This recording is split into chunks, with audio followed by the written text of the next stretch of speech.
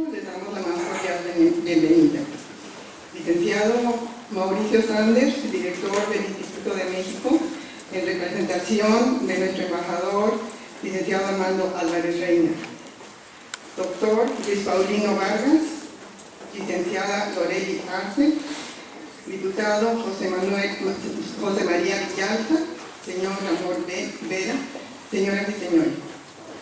Para la Asociación Civil Cultural Mexicana es motivo de gran satisfacción la presentación del libro El despojo de la riqueza biológica de patrimonio de la humanidad al recurso bajo soberanía del Estado, escrito por nuestra compatriota y asociada, doctora Silvia Rodríguez Cervantes. Silvia nació en Pinos, Zacatecas, México, en octubre de 1941. Creció en San Luis Potosí, vive en Costa Rica desde 1974. Está casada con el doctor Ronaldo Hirsch y tiene un hijo, Eric Hirsch Rodríguez. Es miembro de la Asociación Civil Cultural Mexicana desde su llegada al país. Dentro de sus estudios se licenció en Trabajo Social por la Universidad Nacional Autónoma de México. Obtuvo la maestría en Sociología Rural por el Consejo Latinoamericano de Ciencias Sociales y la Universidad de Costa Rica.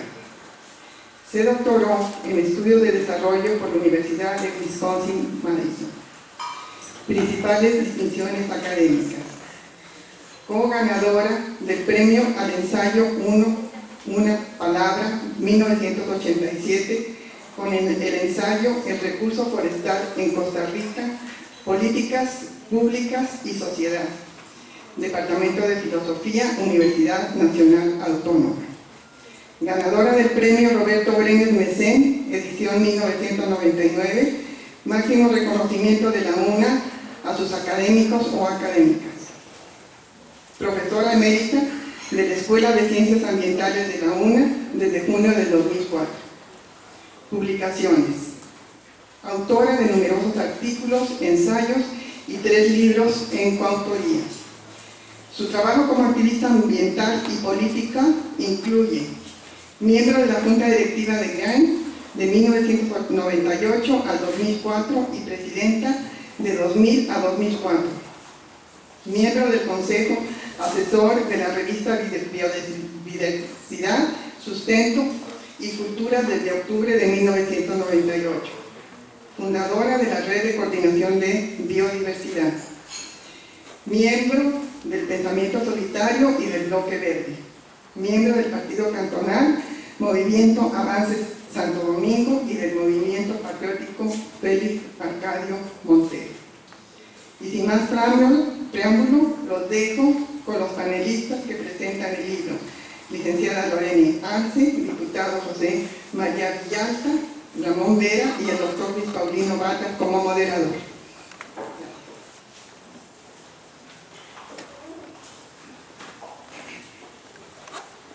Buenas noches. El día de hoy tenemos el gusto de compartir esta presentación del libro de nuestra muy querida amiga y muy admirada colega, la doctora Silvia Rodríguez Cervantes. Esta presentación, que está siendo apoyada por varias organizaciones, la Red de Biodiversidad, GRAIN, la Organización Internacional de GRAIN, y en particular el Centro de Investigación de Cultura y Desarrollo CICDE de la Universidad Central de la Estancia, del cual yo soy parte. Para mí es un enorme gusto estar acá en esta mesa, inscribir, aunque solo sea como moderador de la mesa, en esta actividad de presentación del libro de Silvia, porque como les digo, pues, para mí en lo personal Silvia es una muy querida amiga de años atrás. En algún momento fuimos parte de una organización, un grupo que se llamaba el Grupo Pensamiento Solidario, del cual también era parte María Eugenia Treves, que está aquí sentada, y era parte también de José María Villalta, de los diputados José María Villalta. Éramos parte de ese grupo, que fue un grupo que dio contribuciones importantes en el debate sobre el TLC aquí en Costa Rica, de manera que hay una vinculación efectiva con Silvia, y eso hace que sea mucho más placentero estar hoy acá en esta mesa para presentar este trabajo de Silvia. Tenemos 3 personas expositoras el día de hoy y vamos a proceder del siguiente orden de común acuerdo con las 3 personas expositoras que estuvimos de acuerdo en hacerlo de esta manera. Vamos a empezar con don Ramón Vega Herrera, aquí a mi derecha, como primer expositor. Luego le damos la palabra a don Samuel Villalta, y cerramos con la licenciada Noelia Arce. La idea es que cada expositor tenga unos 15 minutos de tiempo para su presentación. Yo estaría ahí de majadero indicándoles cuando el tiempo se les haya agotado. Tendríamos luego un espacio de preguntas por parte del público. Posiblemente las preguntas le correspondería a Silvia contestarlas, ¿verdad? Entonces, Silvia va a estar lista para proceder a las respuestas correspondientes. Y al final, pues yo tal vez haga un pequeño cierre para terminar la presentación, antes de pasar a degustar algunos vinitos al final de la actividad, ¿verdad? Entonces, pero vamos a empezar. Empezaríamos con nuestro compañero aquí a mi lado derecha, Ramón Vega Herrera, quien es editor del suplemento Hojarasca, que se publica en el periódico La Jornada de México, quien también es parte de GRAIN, una organización que trabaja temas relacionados con el crecimiento intelectual de semillas, con vida campesina y con pueblos indígenas, y tiene una grandísima trayectoria de trabajo en relación con este tipo de asuntos. Entonces pasamos a escuchar a el compañero Ramón Vega Herrera. Sí, muchas gracias. De verdad, es un honor estar aquí presentando el libro de la doctora Silvia Rodríguez. Pues es una figura muy importante en Costa Rica, pero también para México, así que su primera patria o su patria de origen. Yo tuve también la fortuna y el regalo de haber estado cerca de todo lo que ha sido la factura del libro, no de la redacción ni mucho menos, porque eso fue una investigación que llevó muchos años a la doctora Rodríguez, pero sí en lo que ha sido la producción o el encaminamiento, como decimos en México, del libro. Y para mí ha sido una fortuna porque paso a paso me fui emocionando con lo que iba yo descubriendo en el libro conforme lo leía, y poco a poco fui entendiendo la lógica implacable de Silvia para poder contar una historia difícil, una historia que no se cree, una historia que pareciera sacada de un libro de ciencia ficción. Es una historia larga y farragosa en ratos, no porque Silvia la haga farragosa, porque en realidad, si ustedes ven el libro, si ustedes lo leen, hay una escritura muy diáfana y muy escueta en lo que es la factura del libro.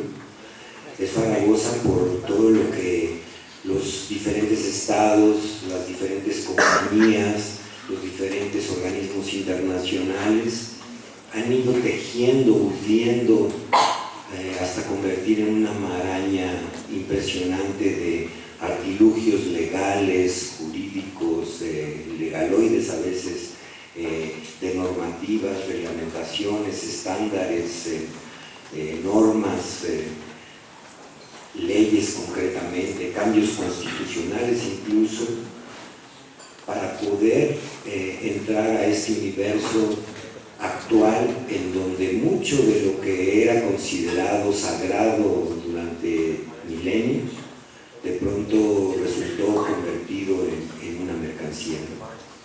Pero lo primero que yo querría celebrar es realmente esa bonomía de alguien como Silvia, que con mucho detalle y mucho detenimiento y mucho cuidado y mucho trabajo ahora sí que de documentación y mucho trabajo también directamente en los foros, en los encuentros y también en la práctica cotidiana de años de meterse a las comunidades campesinas indígenas, logran arrojar un libro que finalmente nos puede hacer entender algo que no se cree, insisto, que nos están despojando no solo de la vida así en abstracto, porque hablamos de pronto de la vida muy sueltamente y hablamos muchas veces en abstracto, pero sí de segmentos, de tejidos muy importantes de relaciones que hay en el mundo y que de pronto de la nada se cosifican, se acomodan como en una cazuelita, como en una cajita, como en un container, ¿no? Como ahora tantas mercancías circulan por el planeta, y de buenas a primeras resulta que son commodities, ¿no? Resulta que son sujetas, o más bien deberíamos decir objetos de propiedad intelectual, objetos de privatización, objetos de derechos de autor, y de pronto no son lo que eran, siguen siendo lo que son en los lugares donde ocurre, o donde suceden, donde se despliegan, donde son la vida misma, ¿no? Pero para la gente, no solo de las grandes corporaciones, sino para los organismos internacionales, para los organismos que regulan mucho de lo que es la vida en el planeta, sobre todo en sus relaciones económicas, acaban siendo totalmente algo diferente, ¿no? Esto para empezar, yo quisiera comenzar diciendo, no sé, perdón, nada más la portada, quiero enseñarles. Si ustedes ven la portada es un poco críptica así de primeras, pero si uno la platica, inmediatamente nos damos cuenta de qué es lo que es, como un resumen muy apretado de lo que es el libro, ¿no? Porque en la portada, si ustedes se fijan con detalle, hay un bonsái, es decir, un árbol con toda su, ahora sí que todo lo esplendoroso que puede ser un árbol, pero reducido, acotado, totalmente contenido por una pequeña maceta, ¿no? Porque es un bonsái, es una reducción, ¿no? Tiene mucho trabajo, tiene mucha tecnología moderna, agrícola, especializada, pero a fin de cuentas es una reducción, no es el árbol desplegado en toda su, ahora sí que en todo su esplendor real como ocurre en la vida cotidiana. Y este es el primer punto que quisiéramos establecer y que por supuesto el libro de Silvia establece con toda claridad. Estamos hablando del despojo de la riqueza biológica, pero ese despojo, qué curioso y qué patético y qué tremendo, las grandes corporaciones creyeron que se robaban, ahora sí que la diversidad, la biodiversidad completa, y en realidad solo se robaron una reducción de esa biodiversidad, porque la biodiversidad sigue ocurriendo en la vida diaria de los pueblos, de las comunidades, de la gente que la hace posible en muchísimos rincones del planeta, y la gente que se lleva todas estas muestras, desde los primeros que se llevaron muestras a Europa, a los jardines botánicos, creyeron que se llevaban ahora sí que se llevaban la biodiversidad completa, y solamente se llevan rastros lejanos, fantasmas lejanos de todo ese tramado de relaciones que significa la biodiversidad. Estamos asumiendo una postura muy concreta y radical al respecto de la biodiversidad. La biodiversidad ocurre en los lugares donde ha ocurrido siempre.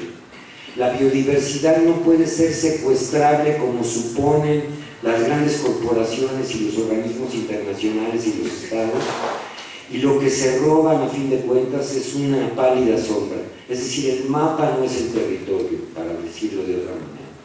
Todo esto, todas estas codificaciones de genes, de toda esta, digamos, plantearse las variedades, muestras que van haciendo catálogos y colecciones completas en los lugares, por supuesto provienen de la biodiversidad que ocurre en el planeta, pero nunca se la podrán robar completa. Sin embargo, eso no quiere decir que no le hagan daño.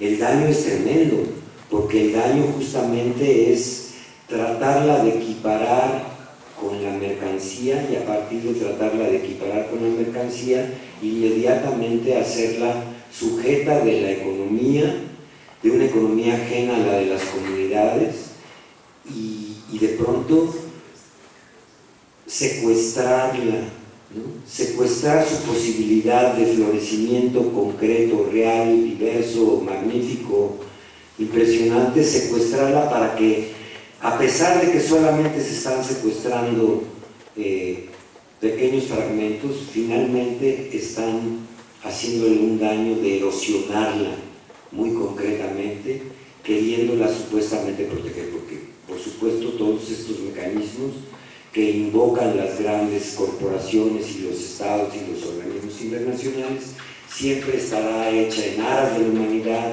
en aras de protegerla, en aras de alguna manera preservarla para el futuro, ¿no? Ese es un poco lo que siempre nos han dicho desde los primeros conquistadores que se la llevaron de América a Europa, hablando de la riqueza en Costa Rica o de la riqueza en América Latina, siempre dijeron que era para preservarla.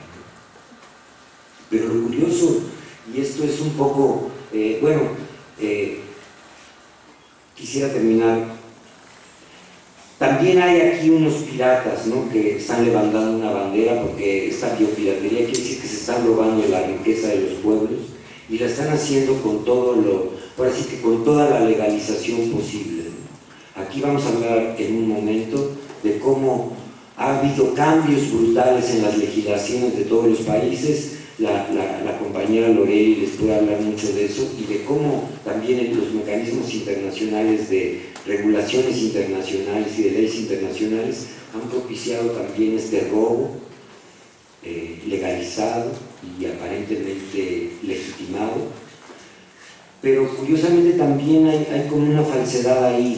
Si ustedes se fijan, para quienes recuerden, hay una famosa fotografía, y que también es un monumento en Estados Unidos, a quienes conquistaron la isla de Iwo Jima por parte del ejército de Estados Unidos en la Segunda Guerra Mundial, y que tomaron esa foto, y esa foto se volvió un monumento famoso, y también una foto muy famosa, una pintura también ha sido y todo, en donde levantaban la bandera de Estados Unidos.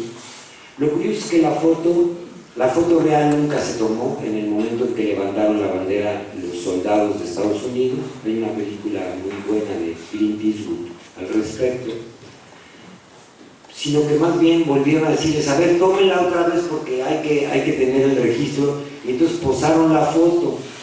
Es decir, estamos hablando de un robo que solamente roba una parte de lo que cree robar, pero que hace muchísimo daño a la biodiversidad, por parte de gente que supuestamente conquista el planeta, pero a fin de cuentas también hay una falsedad en eso.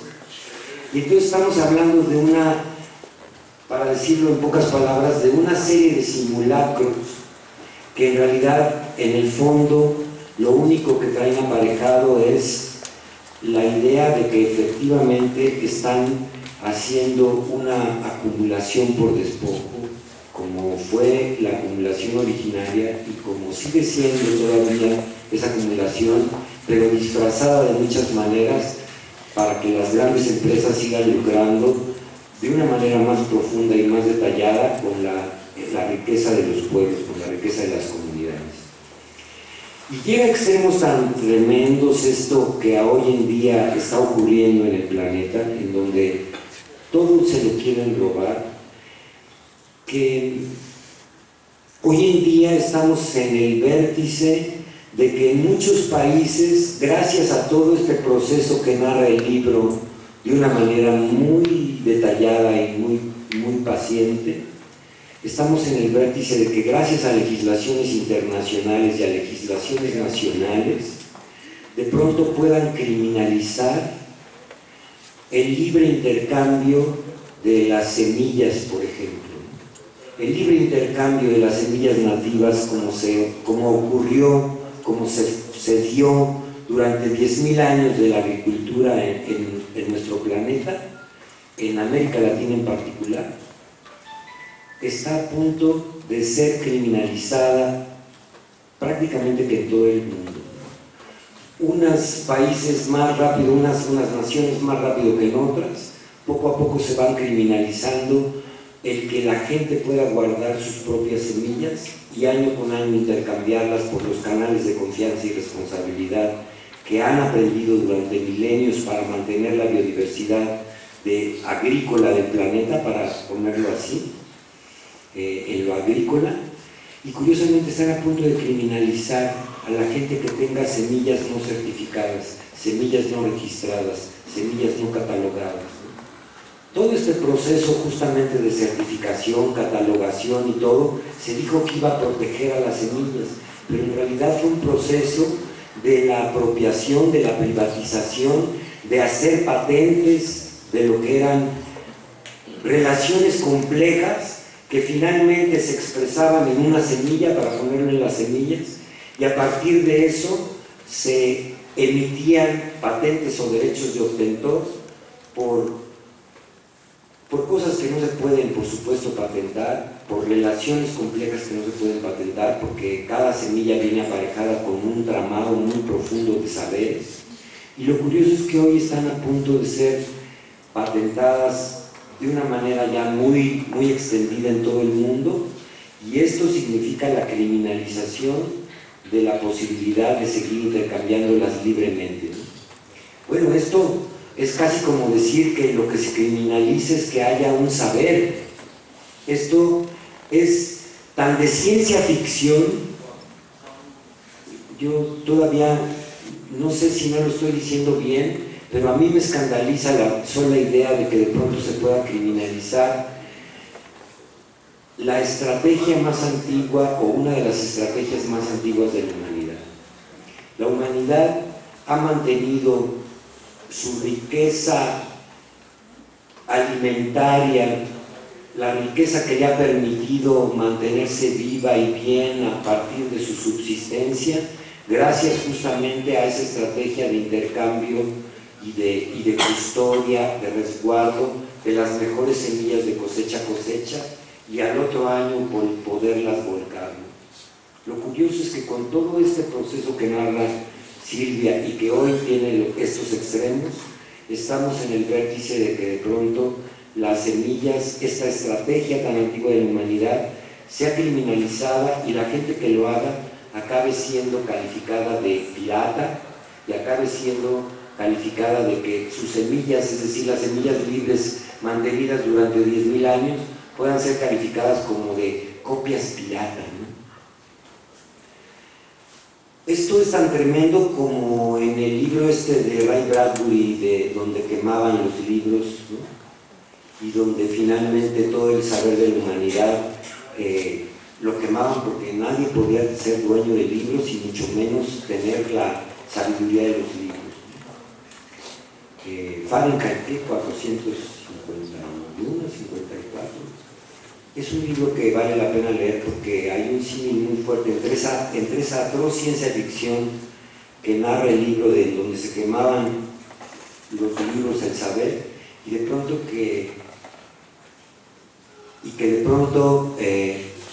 tengamos la necesidad de esconder, de hacer clandestino justamente algo que fue la potestad de miles de generaciones durante más de 10.000 años. Termino diciendo que el libro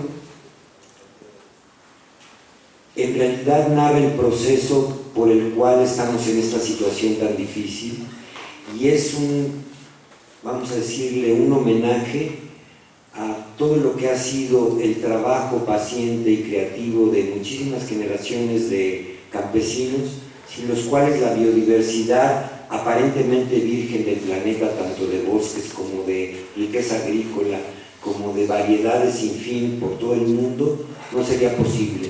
Estamos en un mundo en donde toda esa biodiversidad que nosotros mantenemos hoy en día viva se debe a un trabajo de crianza mutua entre las comunidades, y esa biodiversidad que nosotros consideramos que es como así, suelta, libre, ¿no? Y lo curioso es que hoy en día quienes se la quieren apropiar son las grandes empresas, las grandes corporaciones, y pienso que no debemos dejarlos. El libro de Silvia narra el proceso por el cual esto ocurrió, y también narra el proceso por el cual tenemos que defendernos de todo esto que está ocurriendo. Y le agradezco mucho a Silvia que lo haya escrito. Acabará siendo un clásico ineludible de leer. Muchas gracias. Muchas gracias.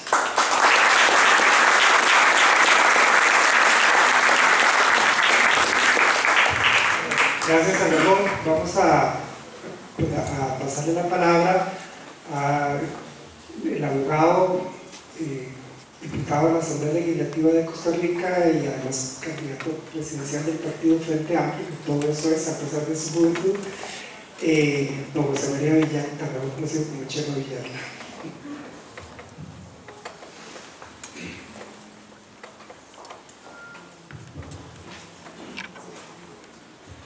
Muchas gracias. Muy buenas noches, compañeros, compañeras, amigos, amigas, compañeros y compañeras de la mesa, especialmente un saludo cariñoso para nuestra querida Silvia, que hoy nos presenta su libro. Realmente, cuando uno empieza a leer el libro de Silvia, es imposible parar, es imposible dejar de hacerlo hasta que uno termina, a pesar de los temas que trata, efectivamente, que son temas crudos, dolorosos, incluso indignantes. Este libro, que empieza con una recopilación histórica de los procesos de apropiación de nuestras semillas, de nuestra biodiversidad, de las diversas estrategias escogidas para justificar esta apropiación, los impactos que eso ha tenido, los impactos de la Revolución Verde y cómo confluyeron efectivamente esos discursos para enfrentar los impactos de la Revolución Verde como una justificación para el saqueo, las distintas formas de apropiación y de saqueo de estos recursos, que hace un recuento realmente impresionante de los distintos instrumentos jurídicos, los distintos tipos de tratados que han sido utilizados para justificar y legalizar este saqueo, y las distintas estrategias y discursos, muchas veces con complicidad de los gobiernos de los países más directamente afectados, que han permitido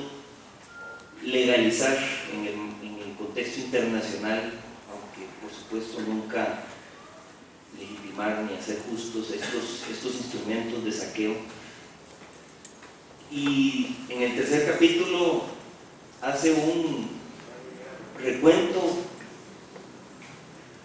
detalladísimo también sobre el proceso en Costa Rica desde la aprobación de la Ley de Biodiversidad, las distintas iniciativas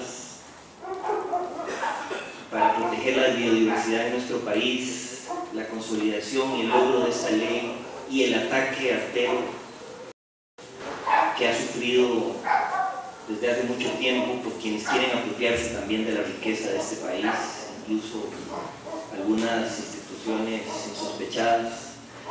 Y concluyendo con el proceso del TLC, que fue la consumación de esos intentos por destruir esta legislación que buscaba proteger la biodiversidad, los derechos de nuestras comunidades, enfrentar ese saqueo con algo de dignidad en nuestro país, y cómo a través de la aprobación de este tratado y de sus leyes de implementación se fue consolidando, aunque no ha terminado de consolidarse porque nuestra lucha continúa, este proceso.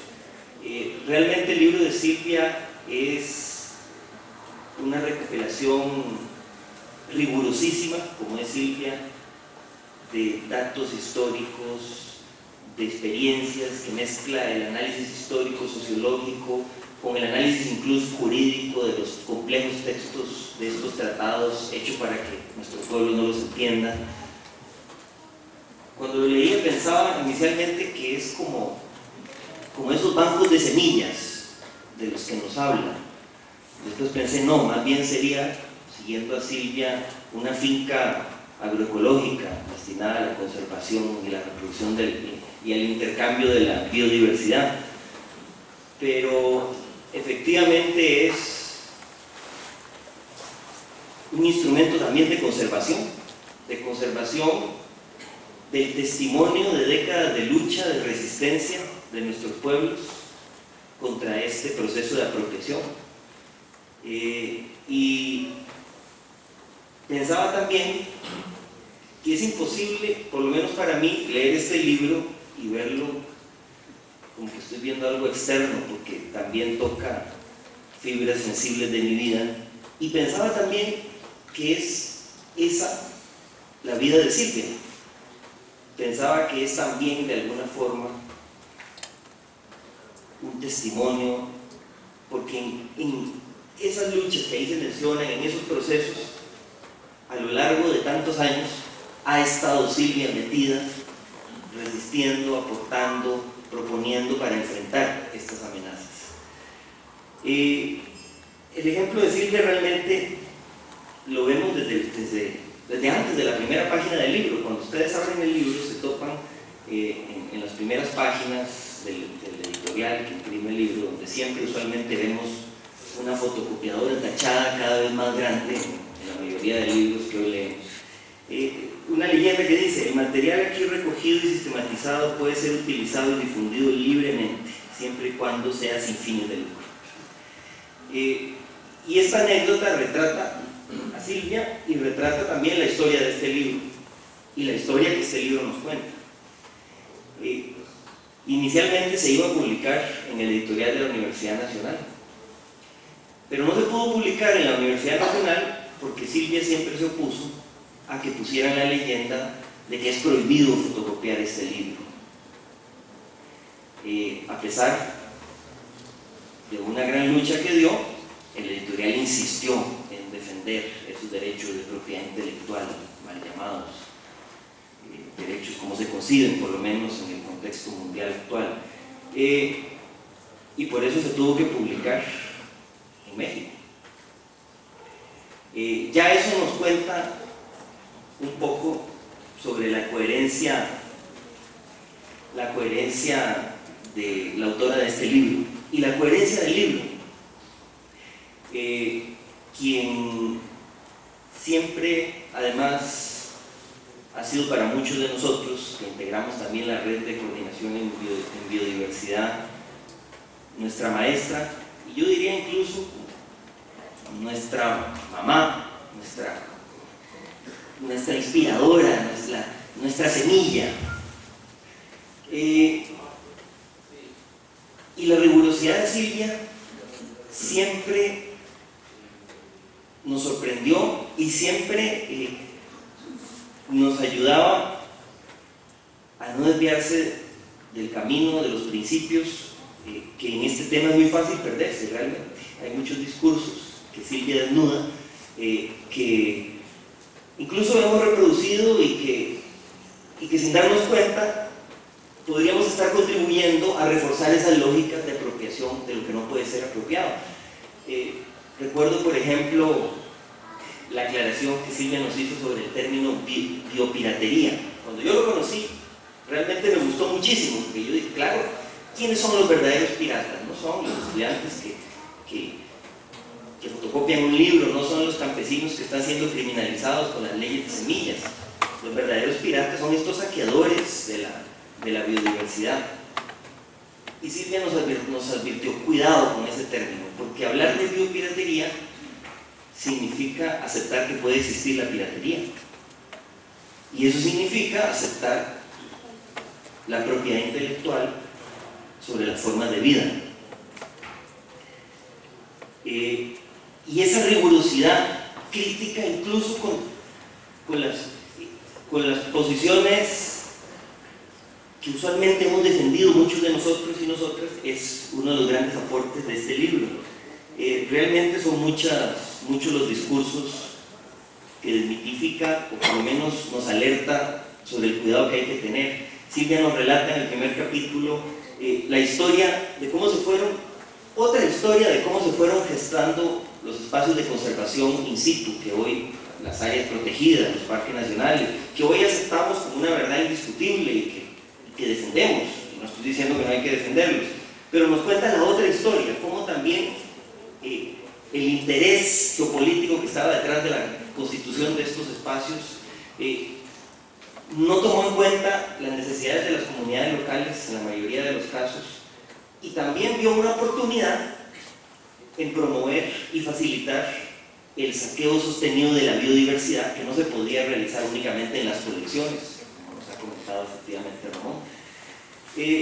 Nos cuenta Silvia la otra historia del Convenio de Diversidad Biológica, un convenio internacional que ha entrado en confrontación con los tratados de propiedad intelectual y que hemos defendido y defendemos abiertamente. Defendimos en la lucha del TLC, lo defendimos cuando Estados Unidos se negó a ratificarlo y ha promovido por todos los otros tratados de propiedad intelectual en la OMC desvirtuar las pocas cláusulas protectoras que tiene este convenio. Pero nos cuenta Silvia también la historia de cómo se negoció y las renuncias originarias que se dieron en su constitución y que poca gente conoce.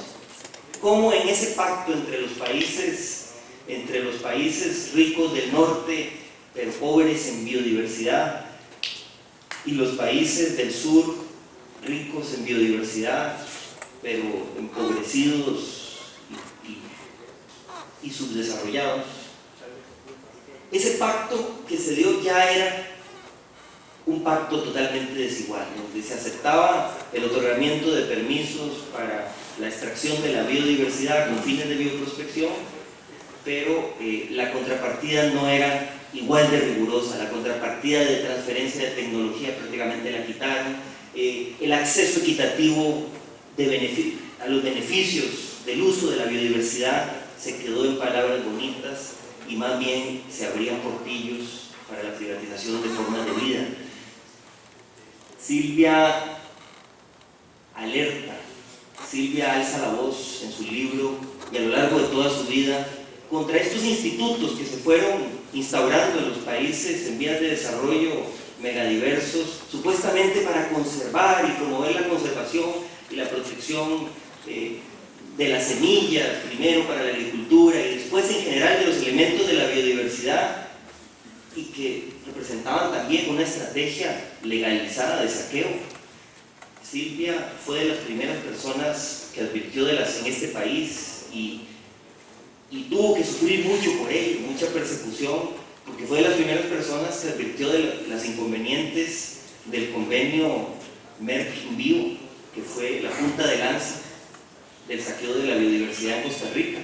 Hoy estamos viendo con noticias que no les tengo que recordar, que se están saliendo en la prensa sobre este tema, cómo la historia le termina dando la razón a Silvia en muchos de estos temas. Silvia advierte en su libro sobre las implicaciones éticas, sociales, ambientales de la privatización de las formas de vida. Y es algo muy importante porque en Costa Rica todavía nos escandalizamos si de pronto llega alguien y saquea la Biblioteca Nacional, por ejemplo, o si llega alguien y le pone una cerca a un parque público en nuestra comunidad. Nos levantamos y protestamos por eso, lo concebimos como nuestro espacio público vital, que no puede ser apropiado por nadie. Pero no pasa lo mismo con los cercados que se han venido construyendo sobre el conocimiento, sobre la naturaleza, sobre las semillas, sobre la biodiversidad, que son efectivamente bienes que son de todos y todas, que no pueden ser apropiados y que lo están siendo con graves consecuencias éticas y sociales y económicas para nuestros pueblos. La defensa de la biodiversidad que hace Silvia es una defensa comprometida, una defensa que nos recuerda que no podemos defender la diversidad diversidad de especies de plantas y animales si no defendemos también la diversidad cultural, el derecho de las comunidades locales, indígenas, campesinas, a definir su propio modelo de desarrollo, y cómo muchas de estas estrategias conservacionistas terminan pasando por encima de ese derecho de las comunidades que históricamente han conservado y preservado esos elementos que hoy dicen querer proteger, los que dicen tener el conocimiento y saber cómo hacerlo, pero que han sido absolutamente ineficaces en esa protección. El libro de Silvia es también un libro de esperanza. Es un libro que nos recuerda que esta lucha no ha terminado, porque a pesar de la desfachatez de esas estrategias de apropiación, y a pesar de que podríamos concluir que muchos de los casos han tenido éxito con la aprobación de estos tratados infames, con ese proceso para ir desvirtuando nuestra legislación, sigue habiendo resistencia. Siguen las comunidades organizando, siguen organizaciones como GRAIN, la Vía Campesina, luchando por defender ese conocimiento, por demostrar que otro mundo es posible, que hay otras vías para conservar los recursos naturales en armonía con los derechos de la gente, de las comunidades. Y en Costa Rica, a pesar del duro capítulo, la parte más dura de leer, la triste historia de cómo fue mutilada y manoseada nuestra ley de biodiversidad, primero por los negociadores del TLC, después por el gobierno con las leyes de la agenda de implementación, después a través de decretos que dictaron sin la más mínima transparencia. También el libro de Silvia es una invitación a continuar la lucha, es un recuento de los testimonios de quienes siguen resistiendo, y por eso me gustaría recordar que esta historia no ha terminado. Para nosotros, nosotras, esta historia no ha terminado. El libro termina en su tercer capítulo contando la historia de las acciones de inconstitucionalidad que la Red de Biodiversidad presentó contra los decretos del COMEX que pretendían terminar el trabajo de desmantelar la ley de biodiversidad, permitiendo el patentamiento del conocimiento tradicional de las comunidades locales, indígenas y campesinas, e impidiendo que se aplique la norma que obliga a consultar a la CONAGEBIO cuando se quiere tramitar una solicitud de propiedad intelectual que esté vinculada con elementos de la biodiversidad, que obliga a consultar a esta comisión, que a su vez tiene que verificar que se cumplió con el permiso de acceso, que se consultó a las comunidades indígenas, por ejemplo, antes de otorgar y de aprobar un derecho de propiedad intelectual. Bueno, cuando este libro se terminó de escribir, estaban presentadas estas acciones de inconstitucionalidad. Recientemente hemos recibido la noticia de que ambas acciones fueron declaradas con lugar, por unanimidad, por la Sala Cuarta, anulando estos decretos infames. No hubiera sido posible eso sin la lucha y el ejemplo de Silvia. Habrá que escribir la segunda parte de este libro. Igualmente, otras acciones que vemos todos los días en este país, la movilización contra la amenaza de los transgénicos. Cuando Silvia empezó a hablar de estos temas, sencillamente no era un tema de la agenda pública, hoy lo es.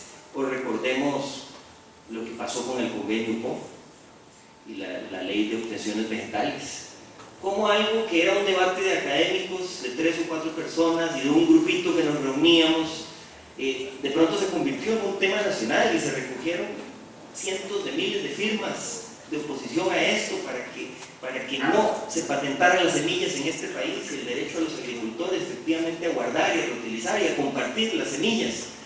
Y aunque finalmente pasaron la ley, ya esos temas no son debates de los negociadores del TLC, debates de círculos académicos, sino que son debates de nuestro movimiento social y de nuestras estrategias de resistencia. Y ese también es un aporte de este libro y de Silvia. Así que lo celebramos, lo agradecemos y nos comprometemos a seguir escribiendo esta historia. Muchas gracias.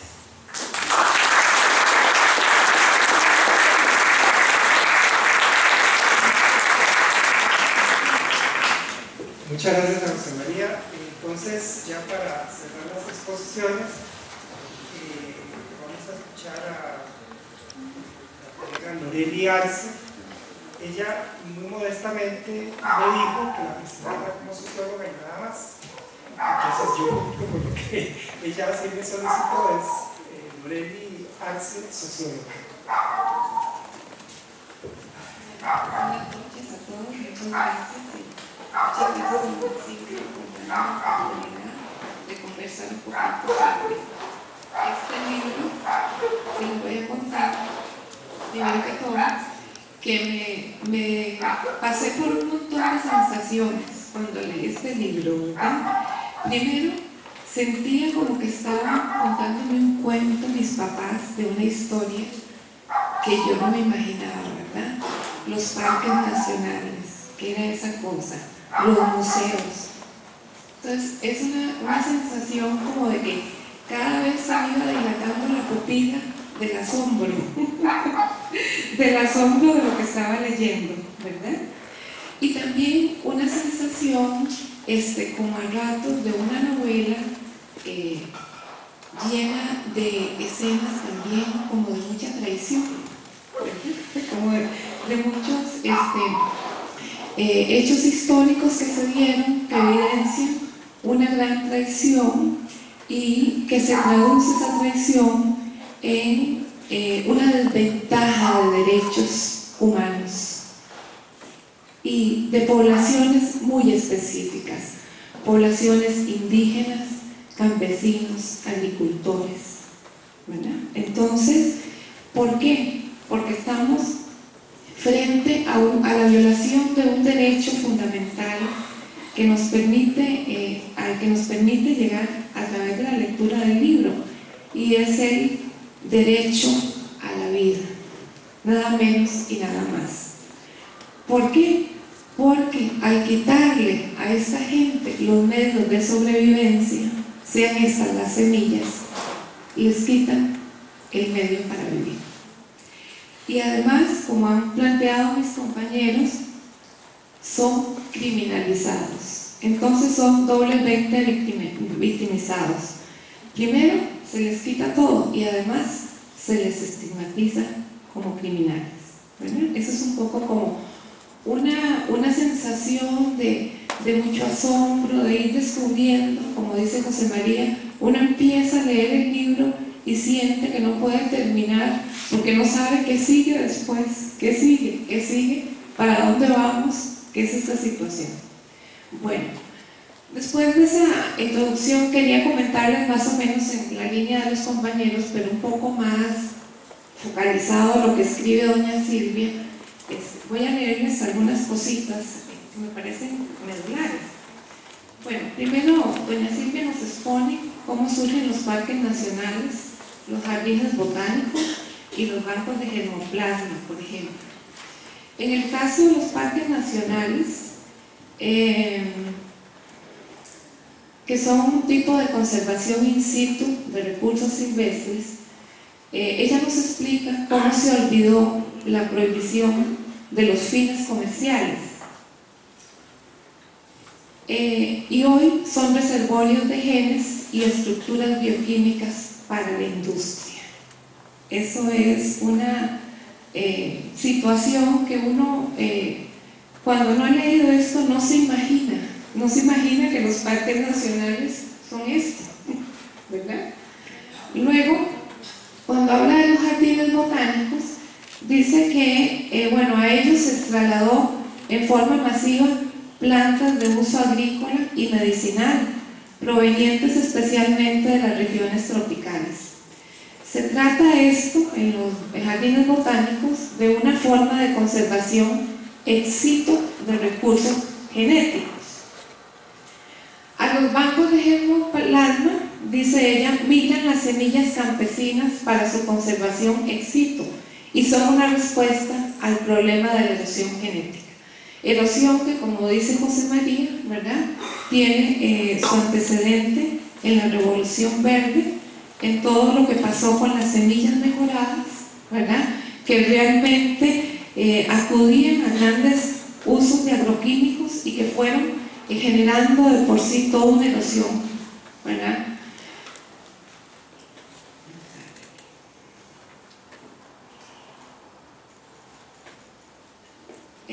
Otro aspecto que me llamó muchísimo la atención fue cómo ella plantea que las semillas fueron trasladadas a estos lugares sin ninguna consulta de sus poseedores, ¿verdad? Nadie fue consultado, nadie fue preguntado por lo que se estaba haciendo.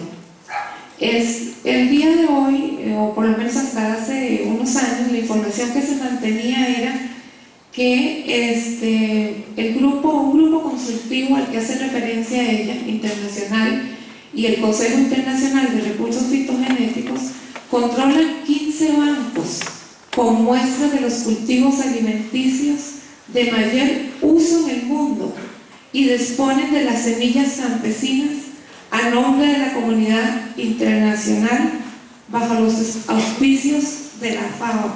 Eso me parece realmente, como dicen, increíble, ¿verdad? Bueno, pues resulta que se da un deterioro de las colecciones, ¿verdad?, que estaban en todos estos bancos, etcétera, y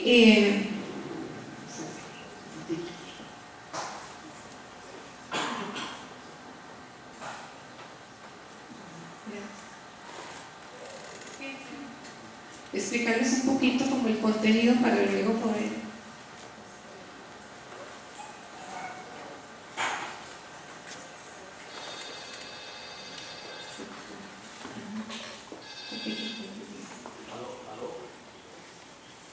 Disculpen. Siempre la tecnología.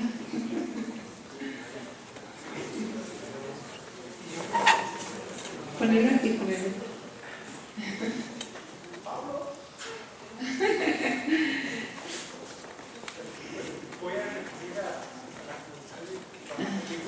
Bueno, ya, yo creo que ya lo encontramos. Sí, pero ya, sí, muchas gracias.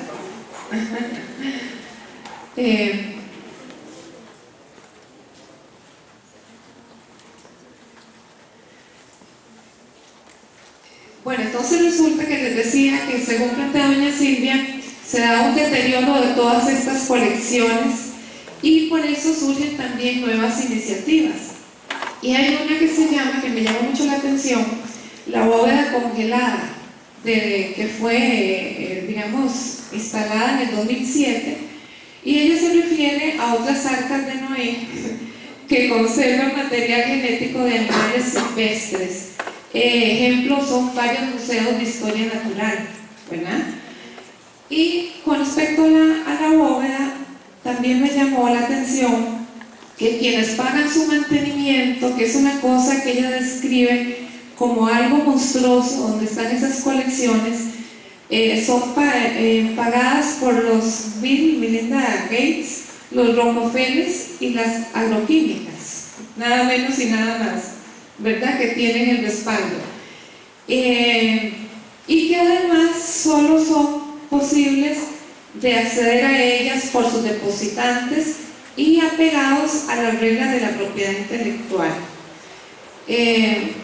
Entonces, a partir de eso, lo que se creyó que era un tazón común de estos lugares, donde uno podía o donde cualquiera podía acceder para extraer variedades necesarias para la alimentación sin condiciones de ninguna especie, eso dejó de ser.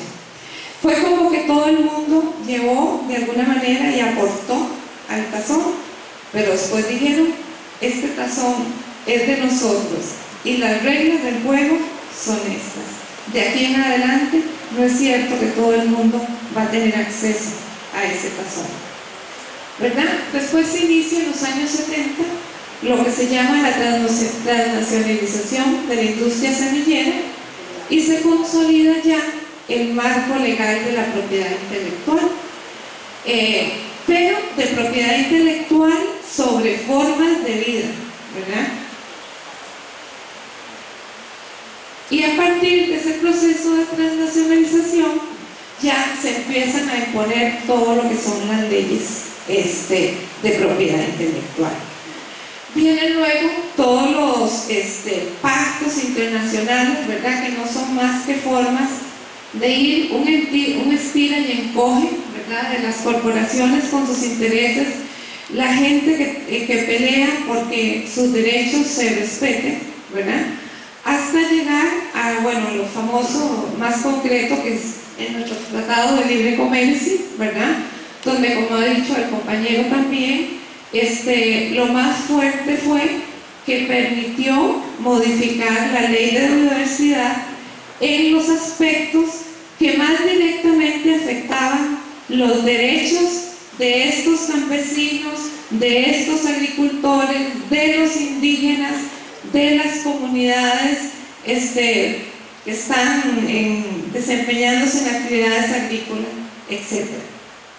Bueno, entonces tuvimos la suerte y la dicha de que, bueno, la Sala Constitucional, ¿verdad?, ha parado un poco el asunto.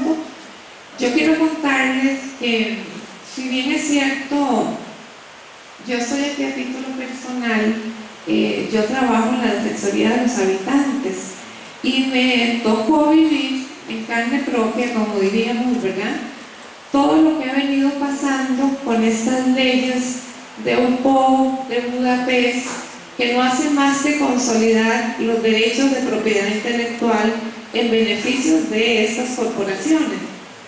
Y realmente fue una lucha, digamos, bastante fuerte, donde igual con otras experiencias que he tenido, uno se da cuenta que es una historia donde las corporaciones están dispuestas, junto con algunos representantes de gobierno, a hacer lo que sea, pero hay que imponer y sobreponer los derechos de propiedad intelectual sobre los derechos de los campesinos y de otros grupos poblacionales.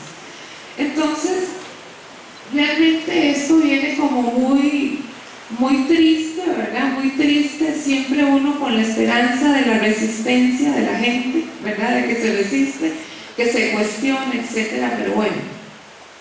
Yo quería comentarles que, bueno, en otros documentos que doña Silvia señala ahí, se ve la complejidad de tantos funcionarios, gente que está en los gobiernos, ¿verdad?, que finalmente son cartas, documentos que salen tiempo después, no en el momento que se están dando, y que realmente muestran actitudes realmente bien por detrás de la gente, poco transparentes, ¿verdad? Es eso también lo que se le ha achacado a los negociadores del Tratado de Libre Comercio. Por ejemplo, cuando se estaban emitiendo los decretos que cuestionaban la ley de biodiversidad, de un viceministro de nosotros que llega al espacio para discutir en contra de estos decretos, y 3 días antes él mismo había firmado la emisión de los decretos, ¿verdad? Este tipo de anécdotas y de cosas que realmente lo hacen a uno decir, bueno, qué poca transparencia realmente en estos procesos, ¿verdad? Y por ejemplo, bueno, yo quería comentarles otra cosa que, bueno, es un poco, no sé ni cómo la pudieran tomar, es una vivencia personal que tuve. Cuando estuve un poco cerca de estos temas, yo recibí la orden de mi jefa, donde me dijo que había que ir a una exposición sobre el tema de las células madres y que hiciera todas las preguntas que yo quisiera sobre el tema de propiedad intelectual. Pues resulta que todo el mundo, el señor expone, todo el mundo aplaude, todo el mundo le pareció como muy bien, porque era como además un público muy definido, ¿verdad? Entonces, bueno, yo empecé a preguntar, a hacer algunas preguntas sobre la propiedad intelectual de ese tipo de materiales genéticos, etc. Cuando terminó la exposición, hubo un señor que se me fue detrás y me empezaba a decir: pero usted quién es, dígame de dónde viene, ¿por qué usted está preguntando? ¿Usted quién le invitó? Ese tipo de cosas. Entonces, yo me acuerdo que al rato, yo no salía de mi asombro de por qué el tipo me acosaba. Entonces yo me acuerdo que en algún momento yo bajé las gradas un poco preocupada porque ya me sentí realmente como acosada, ¿verdad?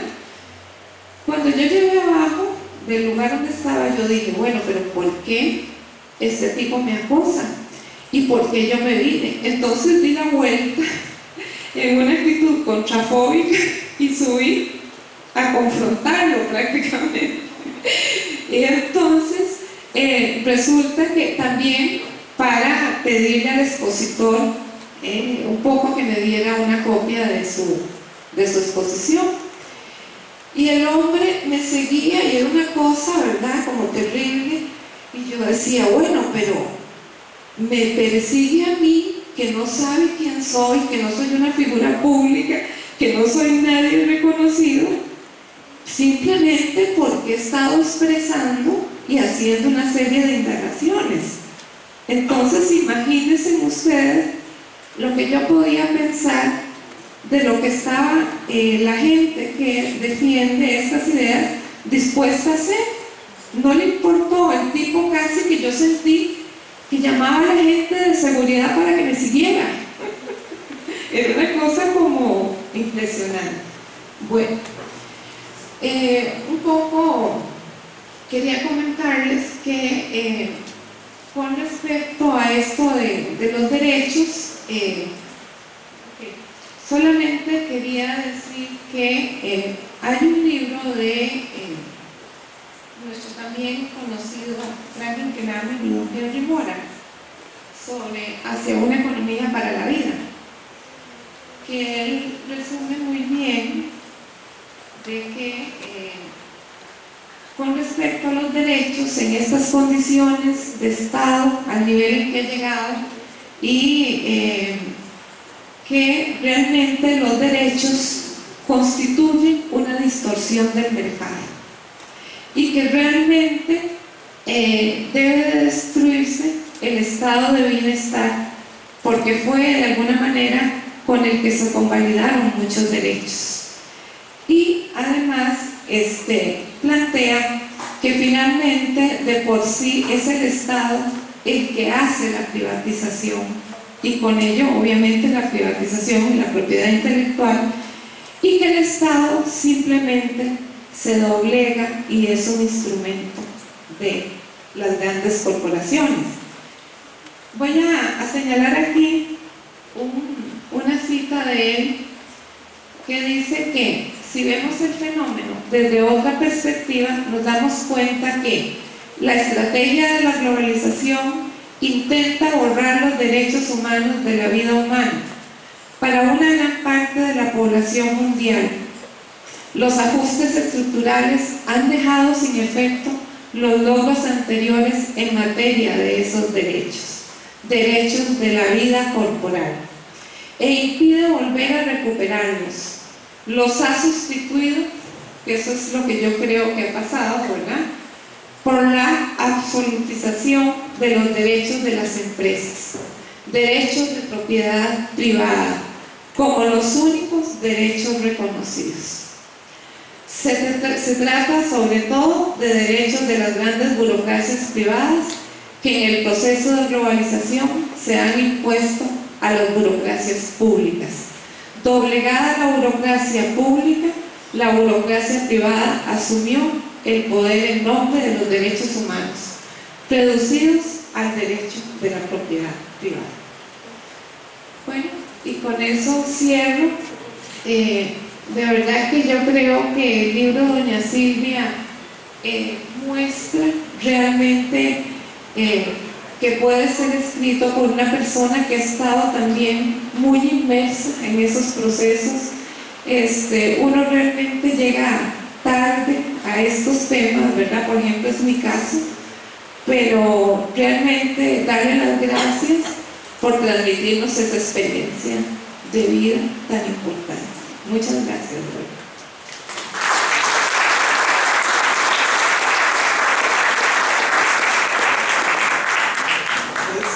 Si a ustedes les parece, abriríamos con un periodo de preguntas al público, ¿verdad? Lo que no sé es si hay algún micrófono disponible para el público, ¿verdad?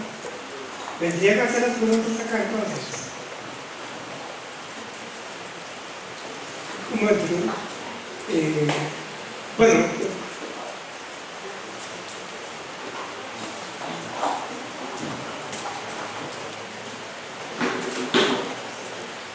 entonces a las personas que vayan a hacer las preguntas yo les rogaría que pasen acá, en este caso empezamos con Rodrigo y darles con el ruego de que las preguntas o comentarios que se hagan pues no nos extendamos demasiado para que todas las personas que quieren participar puedan hacerlo, para que el tiempo no se nos alargue excesivamente acá. Muchas gracias. Una. Muchas gracias. Dicen que cuando un hombre quería obtener la máxima sabiduría, se preocupó por conocer todas las respuestas y se dio cuenta de que la vaina fue que le había cambiado las preguntas. Yo creo que eso es lo que ha pasado con la civilización en este momento. Un intento soberbio, tal vez, de querer dominar la tecnología, de querer dominar la biología y darse cuenta de que el conocimiento es poder. Y ese principio egoísta de conocimiento es poder, ese principio de acaparar, de creer que la riqueza tiene que ser estrictamente material o de dominación, está llevando precisamente a la humanidad a su extinción. Literalmente estamos viendo ejemplos muy claros de que el planeta, lejos de mostrar una regeneración, más bien es insuficiente. La pregunta que yo quisiera formular es que, teniendo a mano todas estas luchas y el ejemplo Costa Rica como caso en esta lucha sobre la biodiversidad, ¿tendremos alguna esperanza real de hacer prevalecer o hacer valer ese espíritu de generosidad, de solidaridad, de colaboración, de cooperación que es indispensable para que la humanidad pueda sobrevivir como especie, ya no como civilización, sino como especie desde el punto de vista de poder producir comida para la gente? Siento que los países ricos encuentran en los países subdesarrollados el mayor problema, que es el crecimiento demográfico. Y ellos están intentando por todos los medios controlar la población, si es el caso exterminante. Hay montones de ejemplos en ese sentido. Búsquenlos porque no lo pueden aceptar.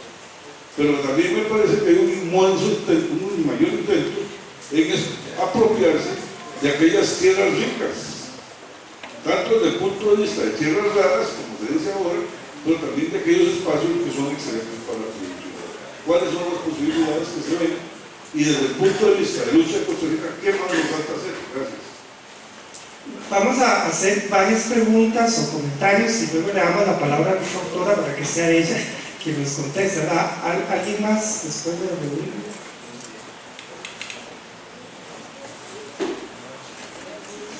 Acá, el señor de acá. Pase al micrófono, por favor. Sí, mi comentario es que evidentemente, como ilustró el caballero, estamos en una encrucijada sumamente incómoda porque, por dar un ejemplo, un pequeño ejemplo, la lucha contra transgénicos, una lucha que evidentemente fue bien lograda por los compañeros que estuvimos en algunas municipalidades, y una gran mayoría de las municipalidades se pronunció y tuvo acuerdos de consejo en contra de los transgénicos. Solo creo 25 municipalidades no se pudo de momento llegar a ese nivel, pero hubieron conversaciones y la balanza estaba muy clara. digamos, el que el Ministerio de Agricultura haya aprobado los transgénicos es evidente, un claro ejemplo evidente, donde un pequeño grupito se pone por sobre una mayoría. Y este no es un ejemplo, pero los ejemplos sobran y lamentablemente algo está pasando con los movimientos que no logramos cohesionar, pero si nos cohesionáramos, fuera rotundo la victoria. Gracias. El otro caballero. Una pregunta muy concreta a la doctora Rodríguez. No he leído el libro, lo acabo de comprar, así que tendré oportunidad luego de, en todo caso, de conversar directamente. Pero a la hora de que los expositores hablan de que existen estos bancos a nivel mundial donde se ha utilizado y se ha privatizado toda la información, una pregunta muy concreta: ¿qué beneficio se puede hablar hoy que se haya tenido de toda esa información concentrada en manos de estas personas, de estas corporaciones, en manos de estos bancos? ¿Qué ha beneficiado a la humanidad al día de hoy? Me imagino que debe haber algún beneficio, por lo menos uno. Sí me gustaría conocer, doctora, de parte de usted, ¿cómo lo interpreta usted, los beneficios? Si realmente ha valido la pena o si realmente ha sido un secuestro, ¿verdad?, de información valiosísima, de la cual ya aparentemente está en manos de pocas personas. ¿Alguien más? O si no, le hago la palabra a doña Cintia.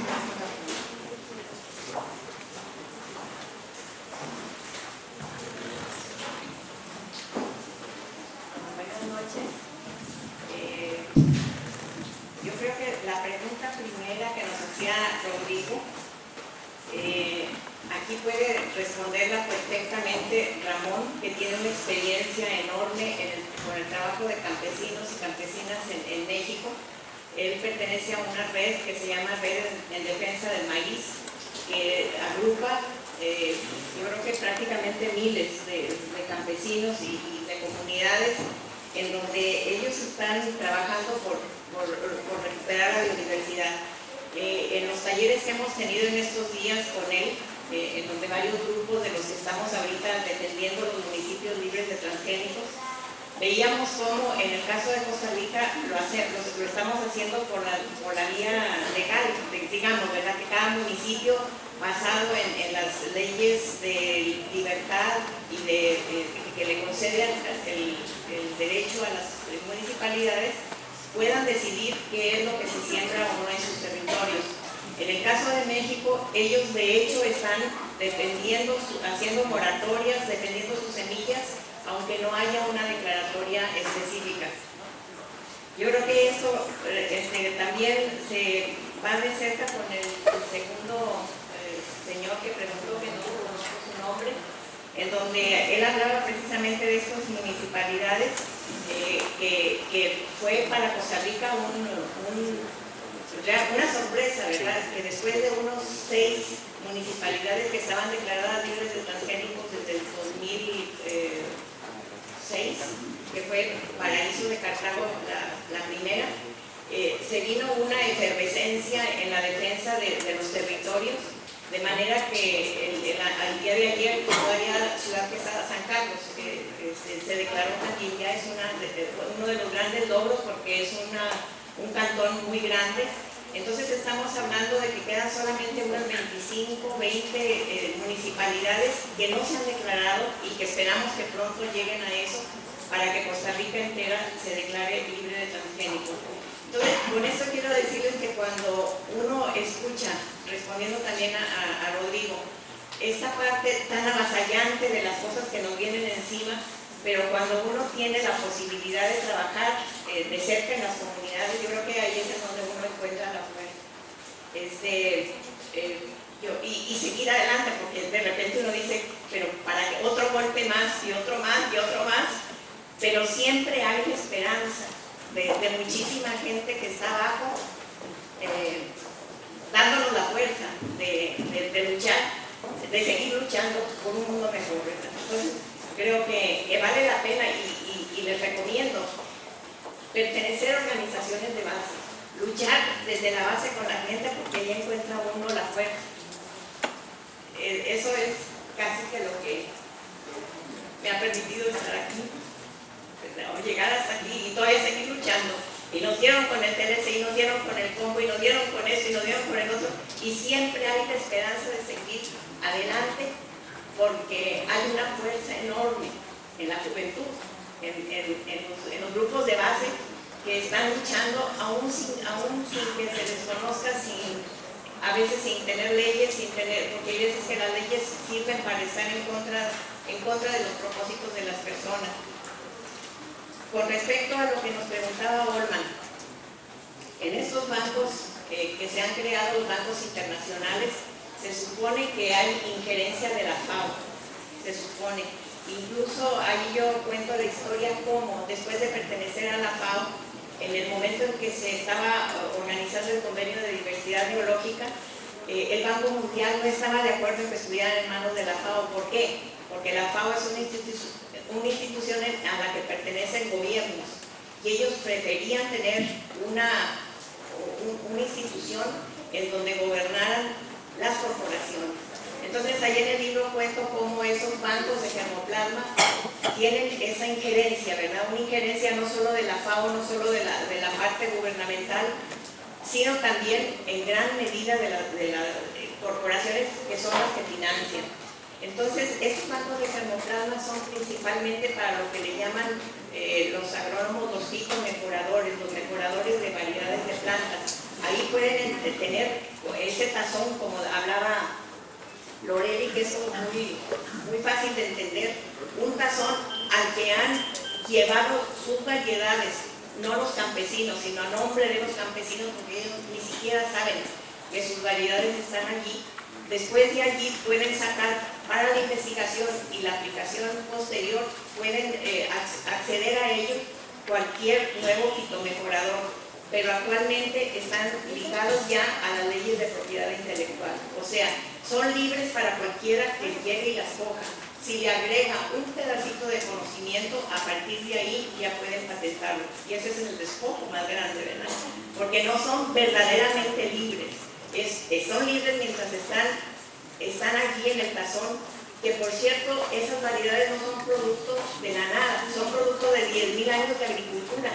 Entonces, ¿por qué de repente llega una ley que dice, no, pero a partir de aquí ya le vamos a poder poner propiedad intelectual, cuando anteriormente 10.000 años de agricultura hicieron que se transformara, por ejemplo, el maíz, en donde nos explicaba muy claramente Ramón en estos días, siendo apenas como un zacate, el maíz llegó a ser lo que es hoy, a base del trabajo campesino y del trabajo de campesino que también pudo adecuar y adaptar el maíz desde niveles altísimos de metros sobre el nivel del mar hasta niveles casi en la playa. Todo eso es trabajo campesino, todo eso es adaptación. Y ese maíz, ¿por qué de repente alguien va a llegar, le adapta o le mete un gene o le mete cualquier cosa y a partir de ahí ya lo puedo patentar y a partir de ahí solamente puede acceder a él el que me paga o el que sigue mis reglas del juego? Entonces, estos bancos de germoplasma sí han servido, por supuesto, pero también se ha detectado desde hace muchos años, desde el 1998 hizo la FAO un recuento del estado de los recursos de plantas, que muchas de estos bancos están mantenidos con electricidad o por medio para mantenerlos fríos, y de repente cuando falla la electricidad las variedades pueden perderse. Entonces hay mucha cantidad de plantas, de semillas que se pierden y que se han perdido porque no se les dé mantenimiento adecuado.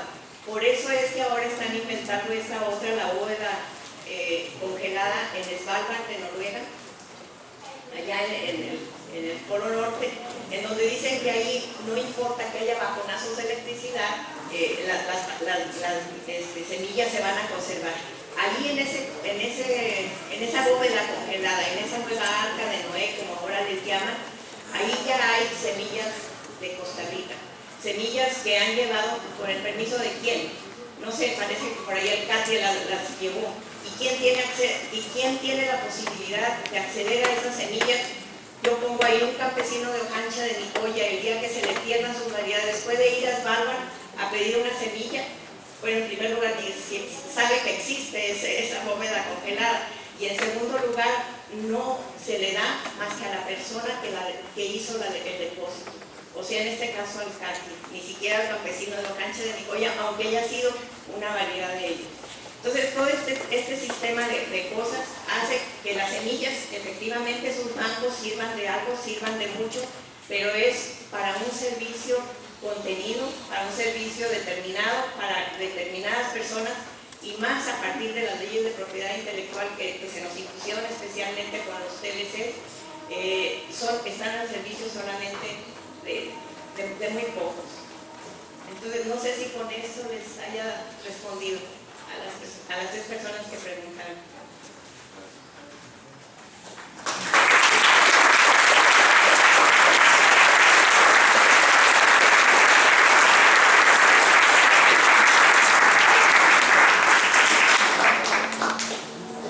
Bueno, hay una persona más que quiere formular una pregunta. Quiero escuchar si cita una persona más para una pregunta.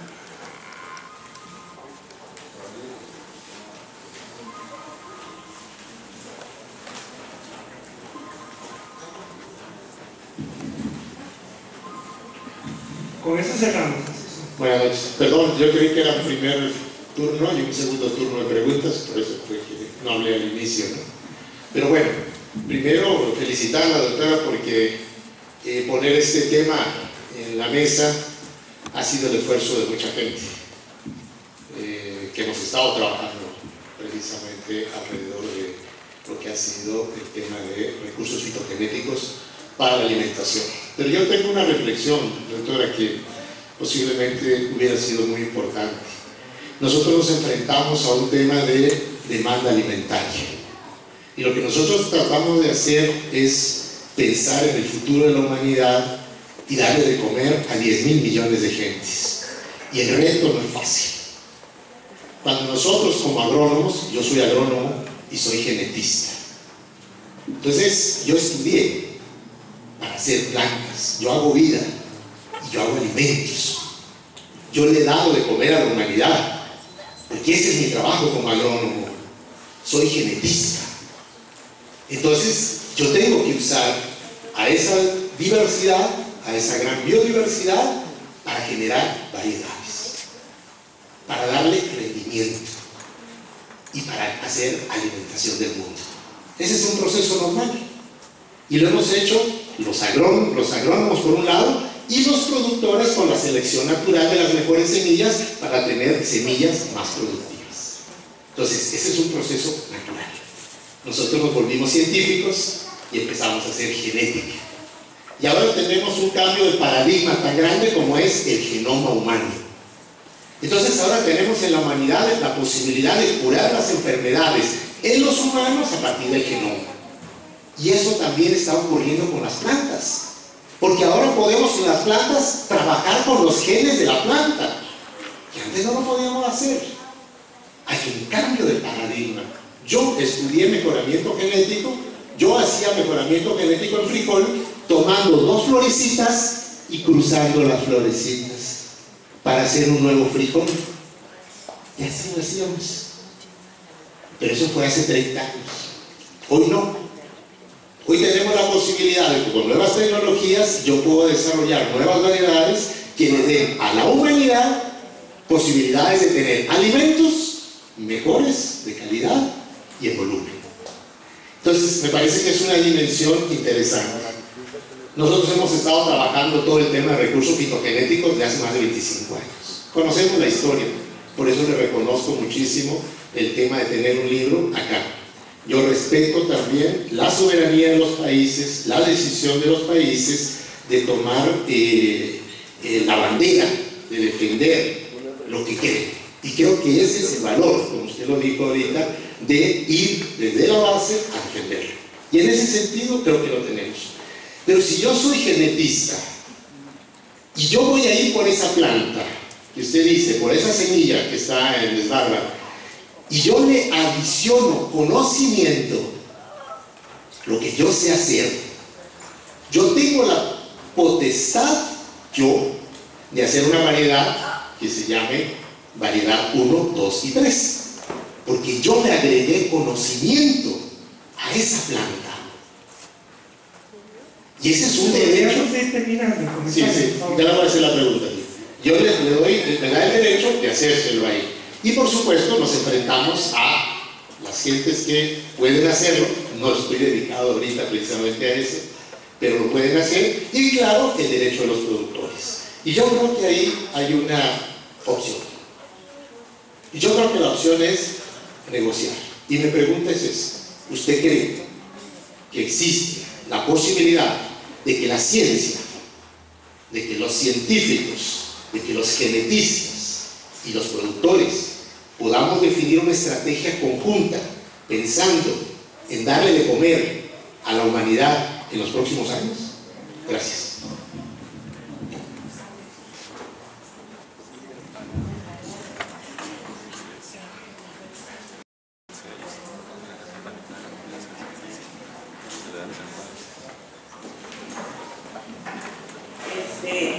No supe el nombre del señor, pero bueno, en el libro hago todo un recuento de eso, ¿verdad? Del proceso de la Revolución Verde, que creo que fue el proceso que le tocó vivir a usted, y el nuevo proceso de la Revolución Biotecnológica, que es la que, según esto, habla de que es una ingeniería genética, aunque de ingeniería no tiene mucho porque parece que solamente bombardean, no tienen la seguridad de una ingeniería, bombardean a las pobres plantas con genes a ver qué sale. Pero en fin, en el libro se cuentan los dos procesos, ¿verdad? De la Revolución Verde y de la Revolución Biotecnológica, que está en ciernes, pero que ya ha refrendido también sus efectos. La Revolución Verde fue, pues sentimos decirle, el gran fracaso. Fueron los que nos vendieron la idea de hacer monocultivos, de tener plantas fitomejoradas. Entonces teníamos la dicha de que no les ponían propiedad intelectual todavía. Pero la Revolución Verde, en el libro lo detallo bastante, cómo diezmó las variedades campesinas, cómo llegaron a poder sembrar solamente esas variedades fitomejoradas, solo aquel que tenía buena tierra, que tenía riego, que tenía insumos químicos, y ahí se vino para arriba el negocio de las empresas que ahora les decimos de agrotóxicos. Y entonces, bueno, fue un fracaso relativo. Y la idea, precisamente se le llamó Revolución Verde porque se decía que iba en contradicción con la Revolución Roja, en ese momento la Revolución Socialista, y que entonces con una Revolución Verde que tuvo un premio Nobel, por primera vez en la historia a esto se le dio un premio Nobel, no tuvo los alcances y al contrario, se demostró que había sido causa de una grandísima erosión genética. En el caso nuevo, ahora que tiene la revolución tecnológica, la revolución biotecnológica, ahora también auspiciada por Melinda Gates y Bill Gates, por Carlos Slim en México, vemos que sí, que qué bonito es decir, vamos por la solución del hambre del mundo. Eso como estandarte es muy impresionante. Pero le puedo yo decir que los agricultores, no tengo el dato ahorita porque ahora ya como que se me olvidan las cifras, pero yo creo que Ramón puede decirnos lo que los campesinos alimentan al mundo con su trabajo, con ese que usted también dice que hacían, mejorando plantas unas con otras sin pasarse de las leyes de la naturaleza, sin tener que mediar como lo es la biotecnología o la ingeniería genética, incorporar genes ajenos a un genoma que no es de ellos y producir plantas que no son naturales sino productos de un laboratorio. Entonces por eso es lo que apostamos a que así como ya tenemos el ejemplo y la historia y de ello debemos aprender de una revolución verde que no produjo menor solución al hambre del mundo, no la produjo, ahora tenemos más hambrientos en el mundo. Tampoco esperamos nada de que Bill Gates, los nuevos Rockefeller, que antes la Revolución Verde fue auspiciada por los Rockefeller, Ahora con esta revolución nueva, la revolución biotecnológica apoyada por estas personas, tampoco tenemos mucha esperanza de que venga a solucionar el hambre del mundo. ¿Por qué? Porque todo es mercancía. Entonces, podrá haber una enorme producción. El problema no es de producción de alimentos, es de acceso a los alimentos. Entonces, si ese alimento ha sido producido como mercancía al que se le impone la ley de propiedad intelectual, por lo tanto, mayor precio, podrán tener acceso a esa comida aquellos que puedan pagar. Y mientras tanto se están desplazando a los campesinos. Usted bien lo mencionó, en el momento actual hay un arrebato de las tierras campesinas, se están alquilando, se están comprando tierras para despojar a los campesinos, a los que siempre hablamos de que son ineficientes, ¿en términos de qué? ¿O comparado con qué? Entonces, nuestra lucha es por eso, por la vía campesina. Así que ahí cobre el nombre la Organización Mundial de Campesinos, para volver a la vía campesina, a la producción de ellos, que ya me acordé de la cifra. En el momento actual 60% de los alimentos que consumimos en el mundo, al menos, son producidos por los campesinos. Entonces, no, la respuesta es eso, ya no dejarnos convencer de las ideas que son importantes, de pensar que nuestro trabajo va a ir a favor del hambre del mundo, pero veamos bajo qué condiciones, para ver si realmente esas bases van a servir para dar o no solución a ese mundo de hambrientos. En el África, por ejemplo, está entrando ahorita fuertemente, otra vez auspiciado por Bill Gates y Melinda, la revolución verde. Cuando ya en nuestros países viene de regreso, apenas allá la están volviendo a introducir, como que si no tuviéramos capacidad de aprender de la historia. Entonces, pues, le agradezco mucho por su opinión. Como le digo, el libro da cuenta un poco de eso, ¿verdad? De la revolución verde, su historia, y de la nueva revolución biotecnológica, y las razones por las cuales estamos más bien a favor de municipios libres de transgénicos.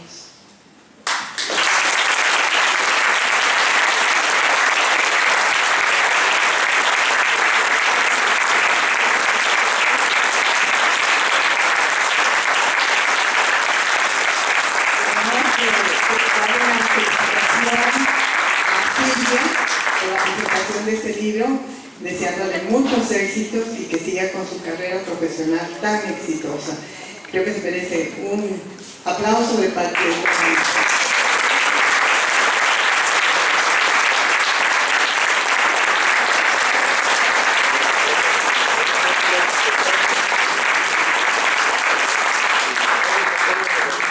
Bueno, yo voy a improvisar un poquito. Tengo el honor de ser compañera de Silvia en la Comisión de Ambiente de la Municipalidad de Santo Domingo. Ella es una persona sumamente especial, de la cual yo he aprendido muchísimo. Así es que es un reconocimiento especial de mi parte para doña Silvia, y ojalá que nos siga acompañando muchos años más, ¿verdad?, en nuestra Comisión de Ambiente.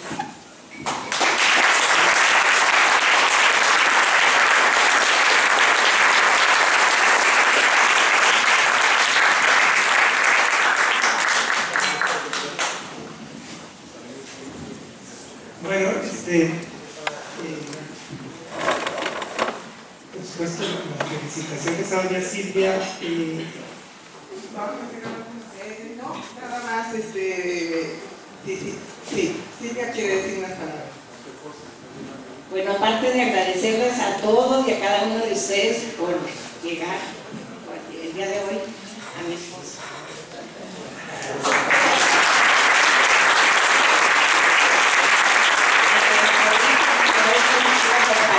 Él estuvo con nosotros en las presentaciones en México.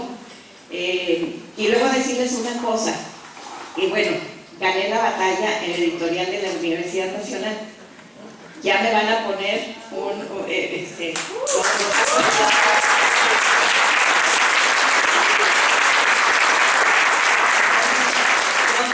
publicado en la EUNA, y me prometieron comprometieron igualmente colgarlo en la ley, en la red, para que sea para el beneficio de todos.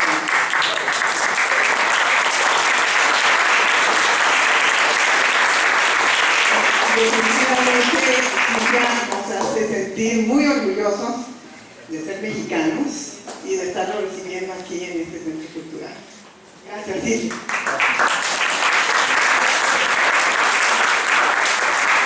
Bueno, yo quisiera, aunque dice una amiga mía, la doctora Carmen Camaño, del Instituto de Investigaciones Sociales de la UCR, que ser moderador de una mesa es ser un jarrón de un florero, digamos, usualmente ese es el papel de moderador, pero yo quisiera, para cerrar la actividad, tomarme la libertad de hacer un breve comentario que les prometo que va a ser muy breve, no les va a quitar mucho tiempo antes de irse a degustar el vino y luego cariño.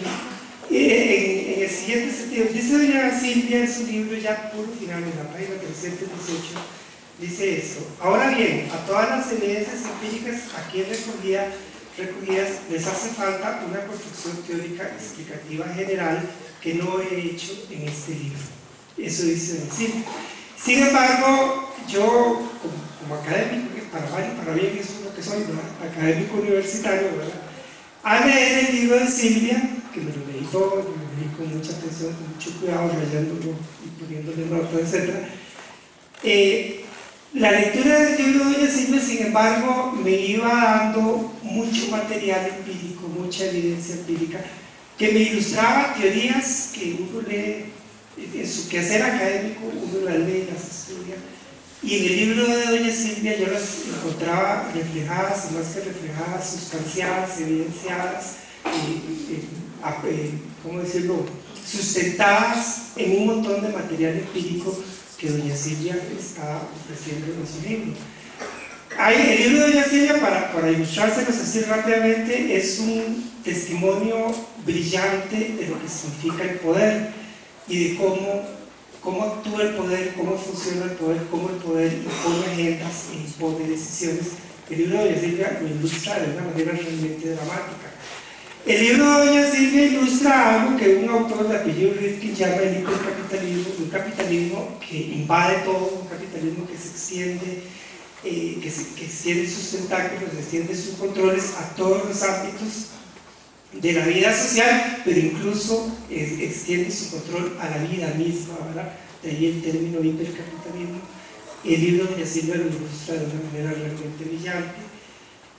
Pensando en otro concepto que utiliza un sociólogo de apellido Bauman, Zygmunt Bauman, cuando habla de la modernidad líquida, del capitalismo líquido, y lo opone al capitalismo sólido de épocas anteriores, el libro de doña Silvia también lo ilustra brillantemente.